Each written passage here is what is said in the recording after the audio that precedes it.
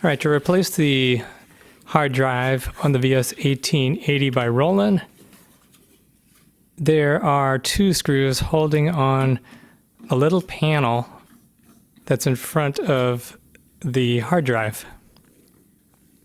Once you remove those two screws, then you'll see another two screws that are holding the little caddy in place.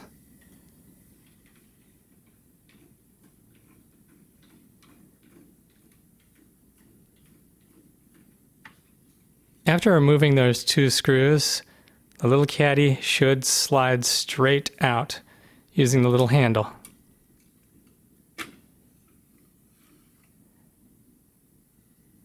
Once you get that out, you'll need to remove some screws from the sides. Now, this is showing a hard drive that I already installed. You do need to kind of work it back and forth to get it out, being very careful not to break anything.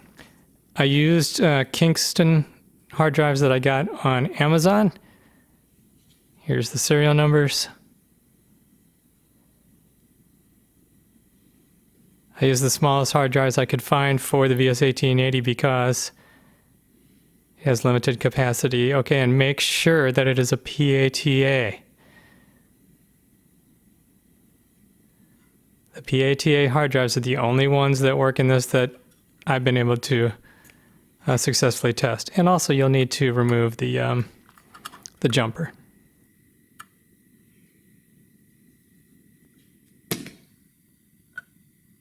Okay, this shows an area that I needed to remove because the SSD didn't fit exactly the same as the original. You need to be very careful whenever you're lining up these pins so you don't bend them. Just take your time here, line up the holes. Make sure you're not trying to install the drive upside down. Okay.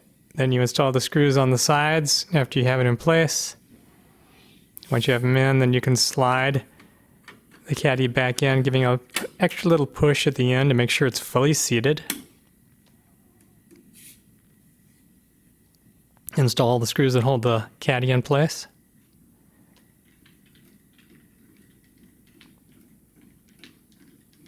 And then go ahead and install the little cover.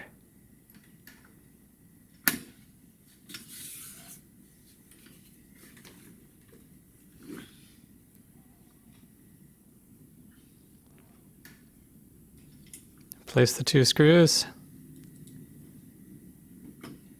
And I apologize that you can't see this better, but after you boot it up and format the new hard drive, you'll see that there's 4 partitions. If you do 2 GB partitions, there'll be 4 of them. And that's the maximum size, 8 GB, that I was able to successfully use in it. Now on the VS1824, it's a little bit different. You just remove these 8 screws that are holding this one panel in place. This is what it looks like with the original drive when the panel is removed. And here it is with the new hard drive in place.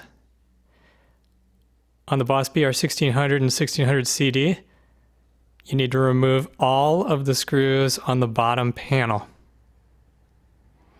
You also need to purchase an adapter that goes from 40 to 44 pins. I got mine for less than $20 on Amazon.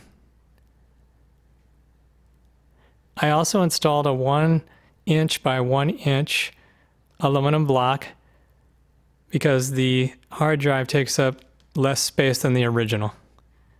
And this moves it up. With the hard drive in place, I also put 2-sided tape on the top to keep the hard drive from hitting the metal bottom cover when it's put back in place. Okay, that's it. Thanks for watching, and good luck.